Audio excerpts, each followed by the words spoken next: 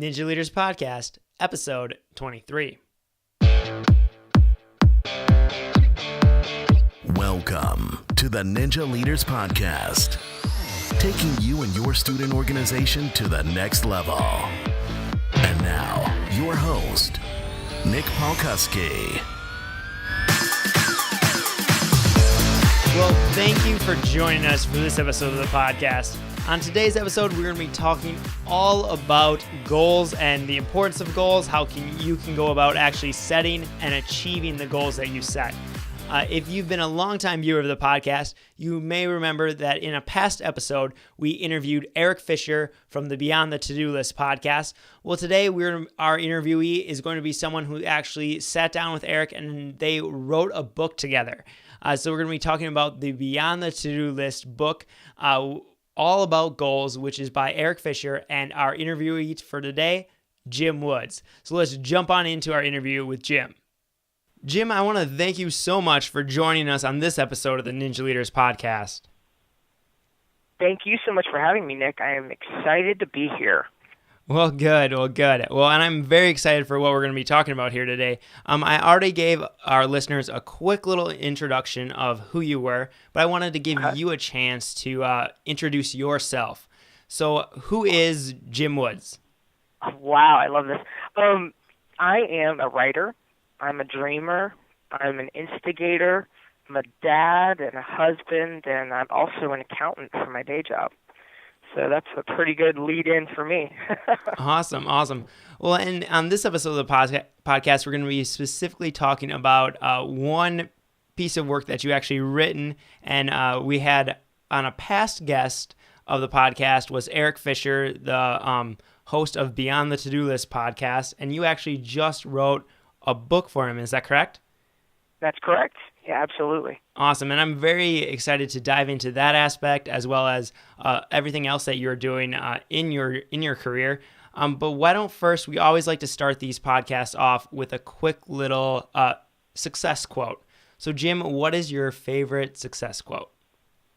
My favorite is, evidently it's by Leonardo da Vinci. I don't know if it really was him, but he's kind of got it pegged on under his name. So let's just assume it's right. But my favorite success quote is actually, simplicity is the ultimate sophistication.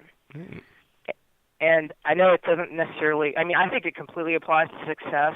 Some folks would say, well, that's just, rooting for the minimalist approach.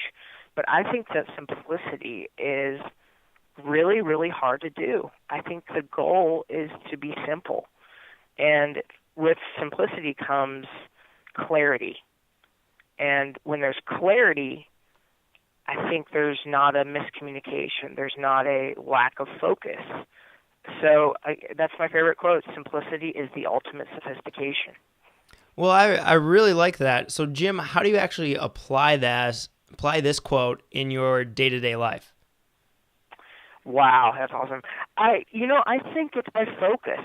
I think you have to say no to a lot of good things, to say yes to the great things. And for me specifically, like in my daily routine, it really means you're going for the impact. You're not, saying yes to things just because they're easy. You're saying yes to things that are often, difficult, because I think you have to make those hard decisions. You have to really focus and kind of grind through to clear through all that clutter and find, what is left over. What's left over should be clear, concise, and simple. Oh, that's awesome. Do you have an example of maybe a time when you struggled to make that clear decision or to really focus in? Do you have a specific example that comes to mind? Sure. I used to blog under unknowngym.com. And this URL actually doesn't exist anymore. I have it now forwarding to my current website, jimwoodswrites.com. And on Unknown Gym, I was just all over the map. I was writing fiction and some poetry and some leadership and, pursue your dreams and pursue a better life. And I was just all over the map, honestly, now as I look backwards. And it wasn't until I really focused and kind of honed in on my message that I was really able to move forward. And I did so kind of in a total rebranding kind of way, and I moved over to JimWoodsWrites.com. And now I'm really, honed in on the idea of just moving your ideas into action, turning your ideas into action. That's kind of the whole theme and almost my test, if it fits on my blog or not. Is it helpful, and will it help others, take those steps into doing something awesome and to actually doing it, not just talking about doing it. So that's a kind of an example for me where I was just all over the map. I mean, my blog was all over, and now in retrospect, I'm like, man, no wonder the readers had no idea what to expect, other than the only common thread is that it was from me.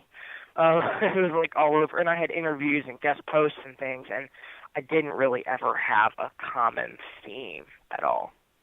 Oh, and I love your site, by the way. I got a chance to kind of just cruise around it, and I really love the tagline and what you mentioned there about your message is helping you turn ideas into action. And I just want to dive into this a little bit more. How do you go about actually helping others turn their ideas into action, or what kind of is your message now? How do you summarize that? Truthfully, I don't think there's one cure-all for everybody. There's not like one solution for everybody. But my main common theme is encouragement in a practical, applicable way. Okay. And just, giving common sense steps and advice. I think that's really the core of my message now. Because if somebody gives me a book and it's a good book, but it's really thick and there's a lot of different themes throughout, it's hard for me to really remember any good takeaways from it. It's so easy to kind of get lost. And you can take notes in the book, but if you don't really have a takeaway, I don't get much from it. And I think people need the common sense practical steps because there's just so much going on. You've got so much noise from social media and just television, and we're so busy and distracted. I think there's just something beautiful about, okay, go do this step, go do that step.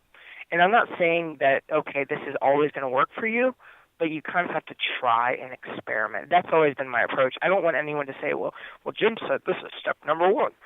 No, I'm not saying that this is the ultimate cure-all step, but I think if you kind of go in with a practical, sense kind of step, one of my first steps for anybody would be, well, where are you? Take inventory of where you actually are right now. And we really even did that in the Beyond the To-Do List book, where it's where are you actually at in life? It's going to be completely different if you're a college student with a funny schedule where you're able to sleep in till 11 o'clock in the morning, or if you have an infant and you're a stay-at-home mom. I mean, you kind of have to take inventory of the situation. So that's kind of my long roundabout answer, where I think it really depends on each individual person. Yeah, no, I really love that, and that message definitely resonates. Because as our listeners know, basically this podcast and my website, my platform is all about taking action. It's all about, we love to break things down to those actionable steps and those actionable items, which is, I think, one of the reasons I really loved this book and the kind of the way you wrote it. And we'll talk a little bit more about this format. But first, I want to ask you just, what does Beyond the To-Do List, what does that actually mean to you? To me, it means what's the driving force? What's the bigger goal? Because for me, that to-do list is just the little, steps. They're the little tasks. But for me, Beyond the to-do list is the big picture. For me, it's what really matters. And for the students, especially that listen to the show, I know a lot of it's kind of hard and confusing when you're in school all day and you're learning so many different topics. But once you get out of school, you have to really focus in on what are your priorities, what really, really matters to you. And like for me personally, you know, my face is right up there, and my family, and you know, making a difference, helping other people are really kind of almost my real priorities, my real driving forces. So it's almost like you really have to kind of keep thinking big picture at the same time. Otherwise, you can get lost in those little tasks.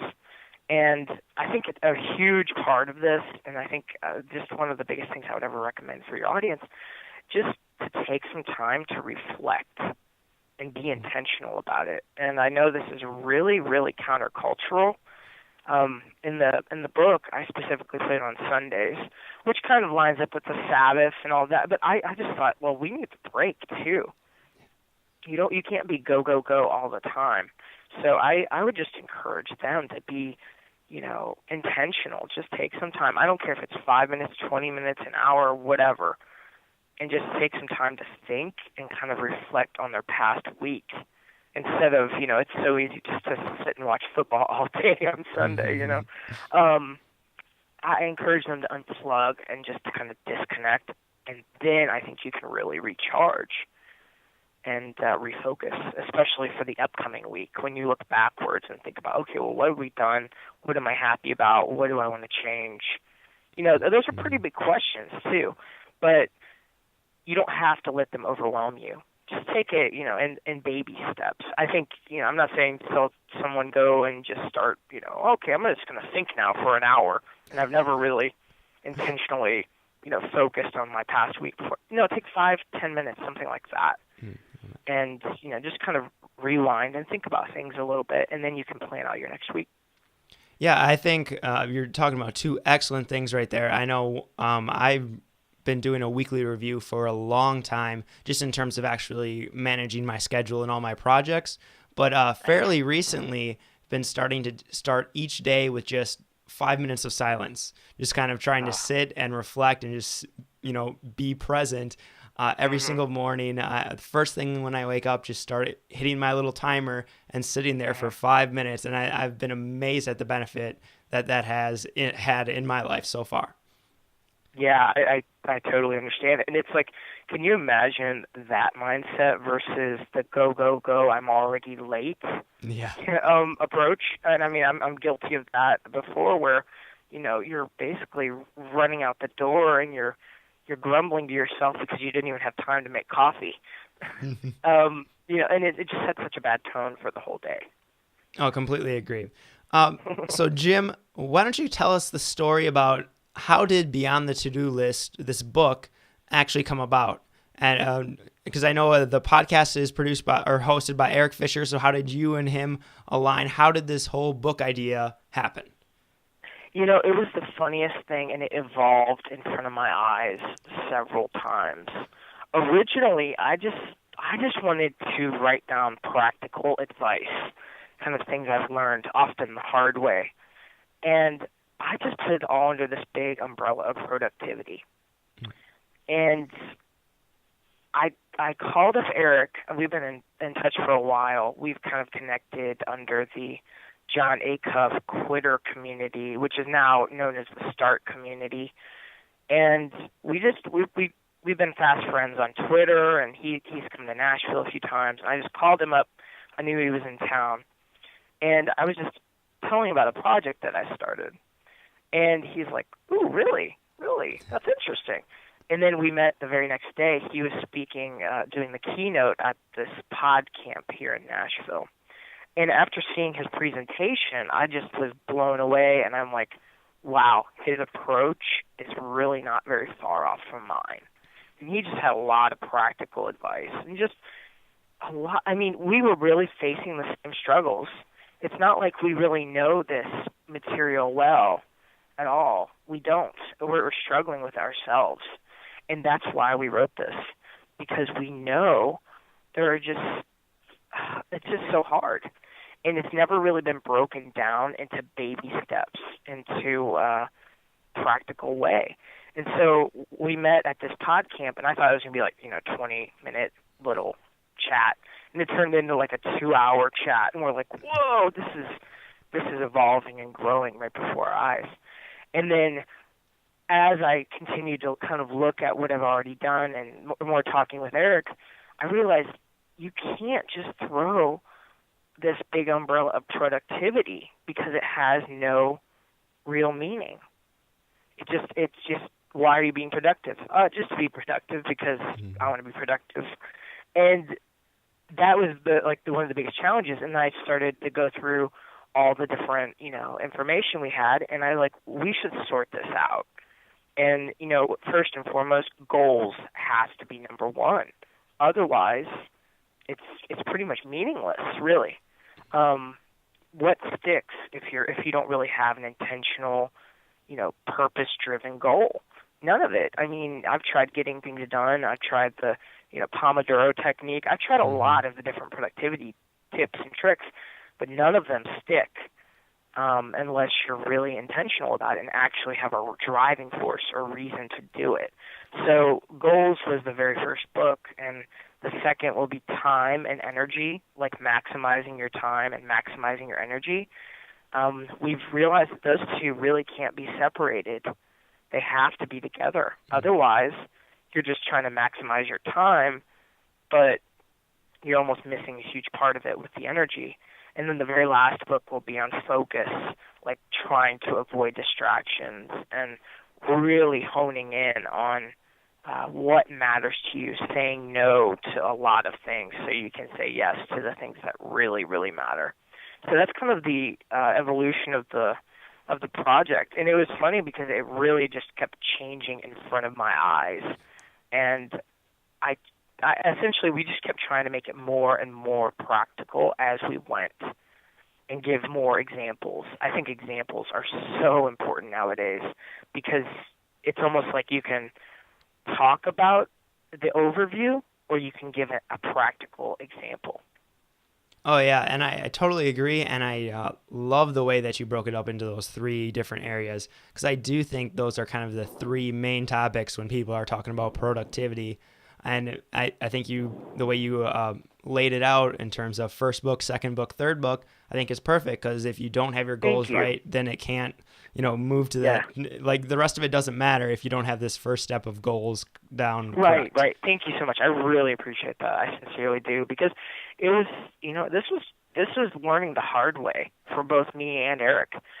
It was a lot of confusion because I had it was 60, 70 different ideas all mapped out, and it was just so challenging. It was a whole lot of sorting ideas, and it finally kind of came, into clarity, or it became a lot clearer once I finally realized, there has to be a purpose here, Yeah.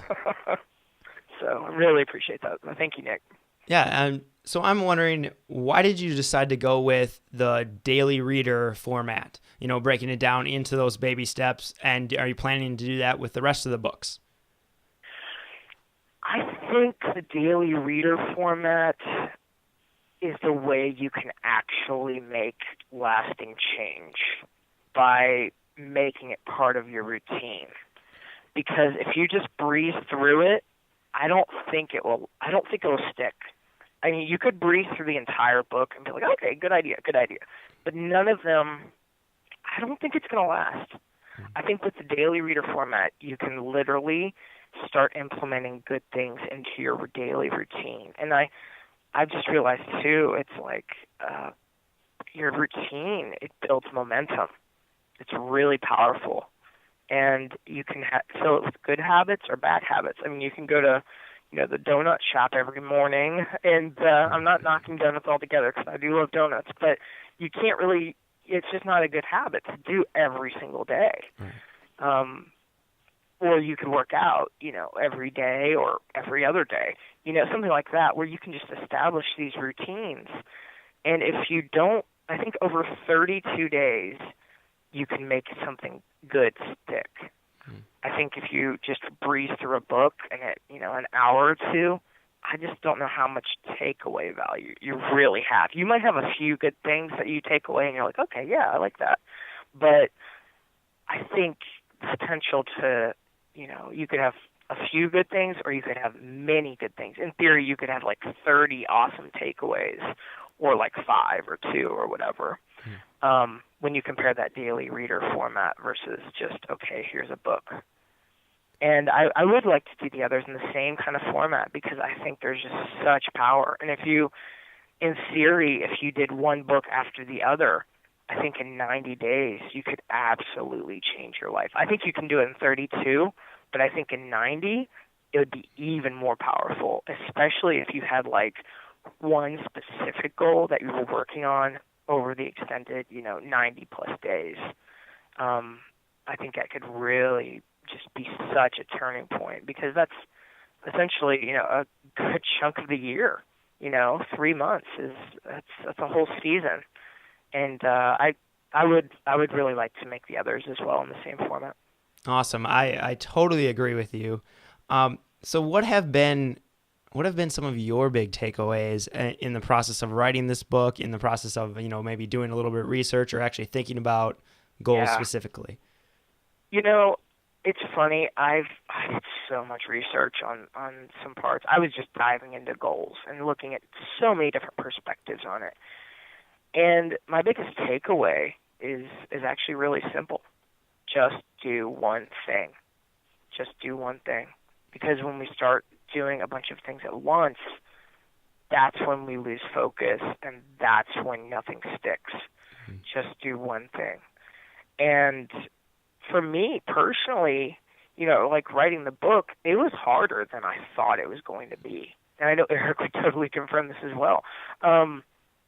You really have to go in and do it yourself. You can't just say, okay, well, John Doe over here says this is really easy, or Jane Smith over here said this part's really easy. You have to dive in and be willing to just embrace the learning, embrace the attitude of the student, which, for your audience, I mean, there are obviously going to be some classes that you just love, or they feel different.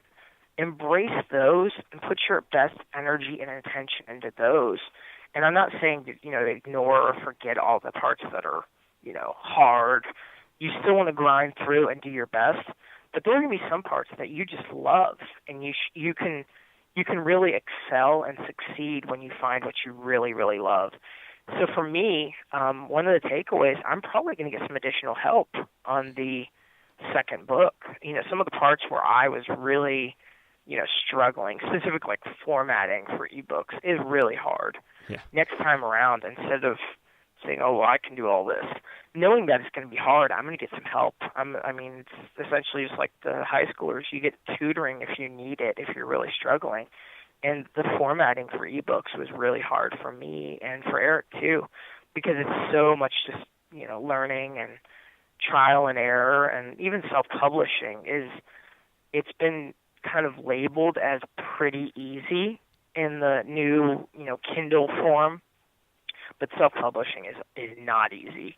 And if you ever talk to anyone who's self-published and they act like it's easy, they've either been doing it a while or, they have some other people helping them as well. But if you do it yourself completely on your own, it's really a challenge. It totally is. But my biggest 2 takeaways are, do one thing at a time. Just focus in and, don't be afraid to ask for help.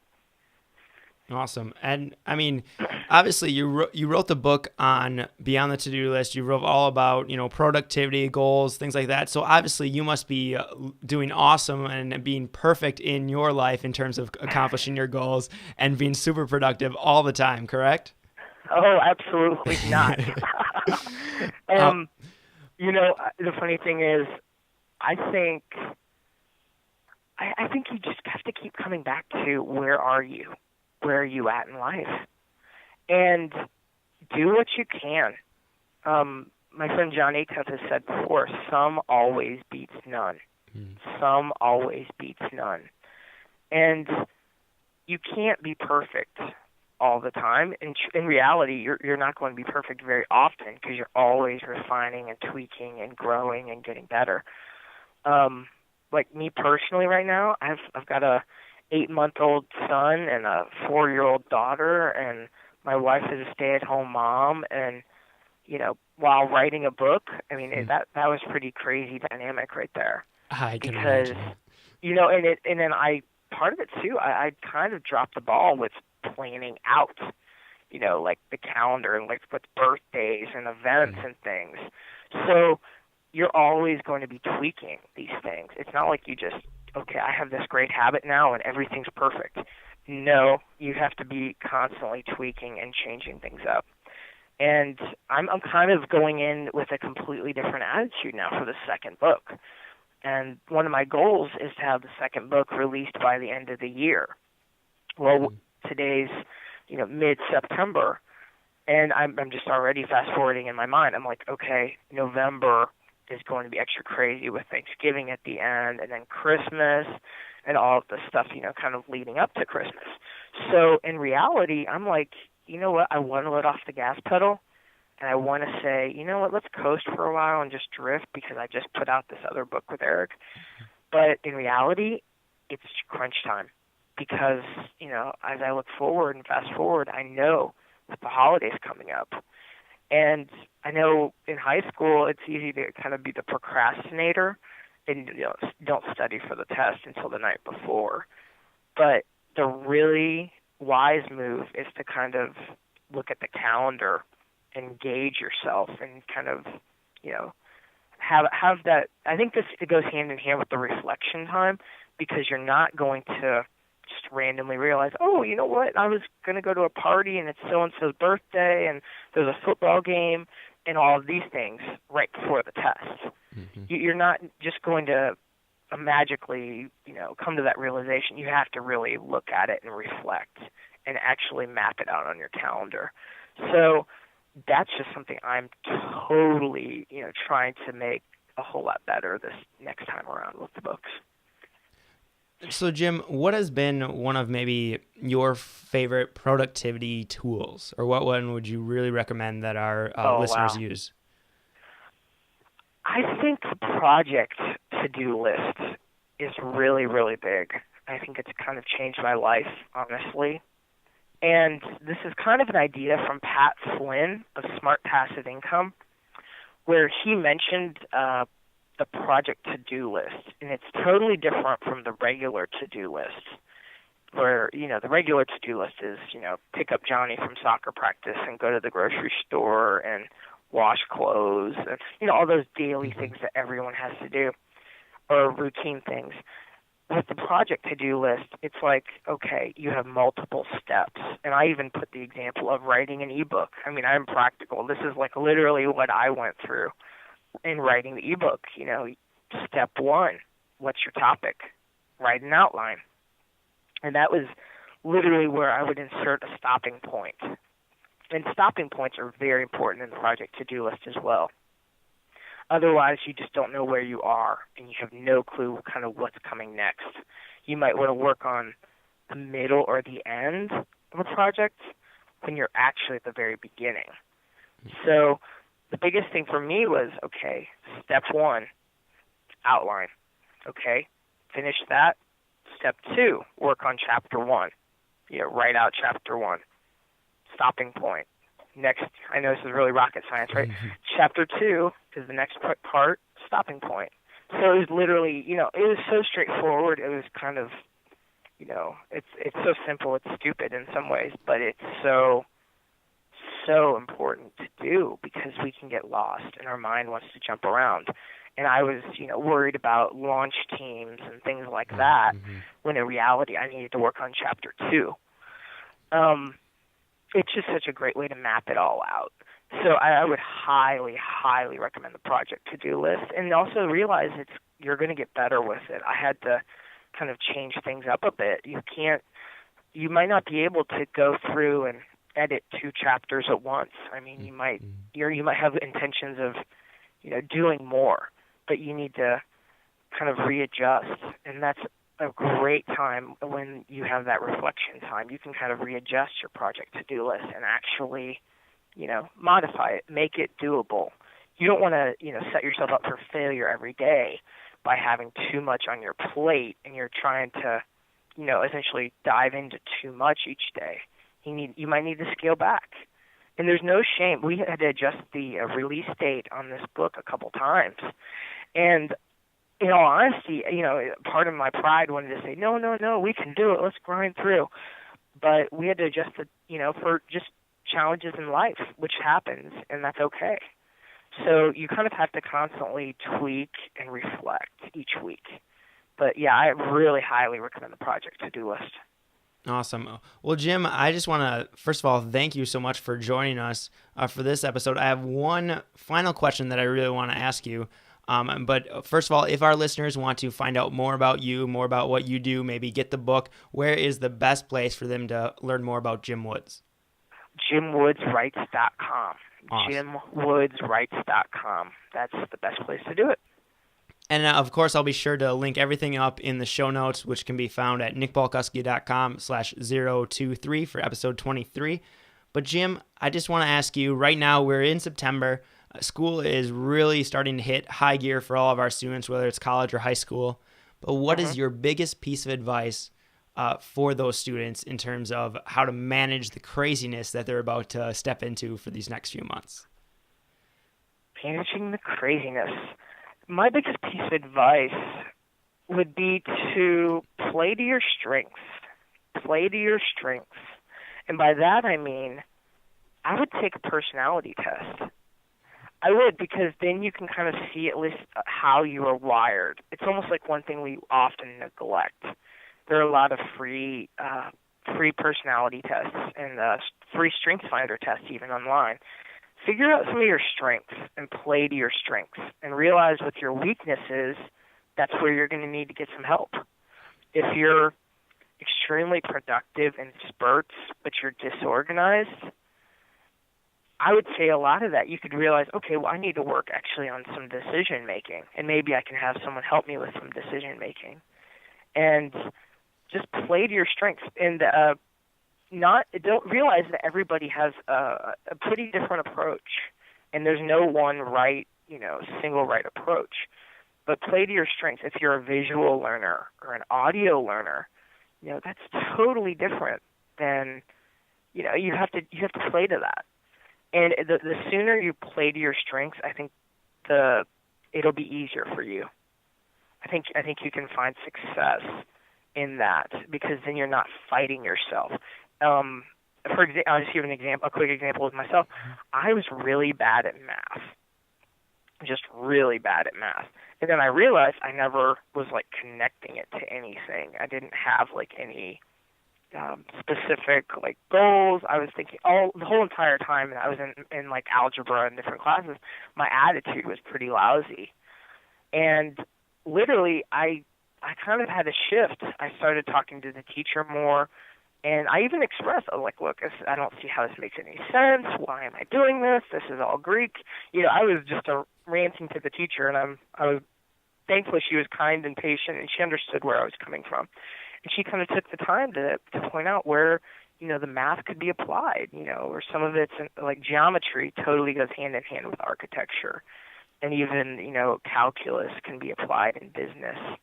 And I was just learned so much being tutored by her.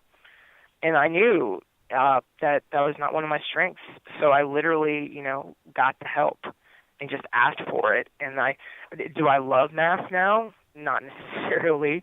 I'm not doing calculus problems for fun, but I totally realized that, you play to your strengths, and where you're weak, you go get help. And I think the biggest takeaway really is just, you have to learn about how you learn. You have to learn, how you're wired. And I think that will help you so much. And also just surround yourself with good people too, encouraging people. Excellent. So hope that helps, Nick. Thank you definitely. So much for having me. I love that answer. So thank you so much, Jim, for joining us on this episode. Absolutely. Thank you again. I really appreciate it. I really I'm excited for all of your audience. They are doing such awesome things, and before you know it, they're all going to be out there having their own businesses and being employees. So it's so exciting. Playing to your strengths. That is so important. And I think Jim nailed it down right there with that last message.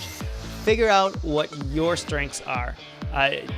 Take some time today, sit down, think about list out a few of your strengths. What are they?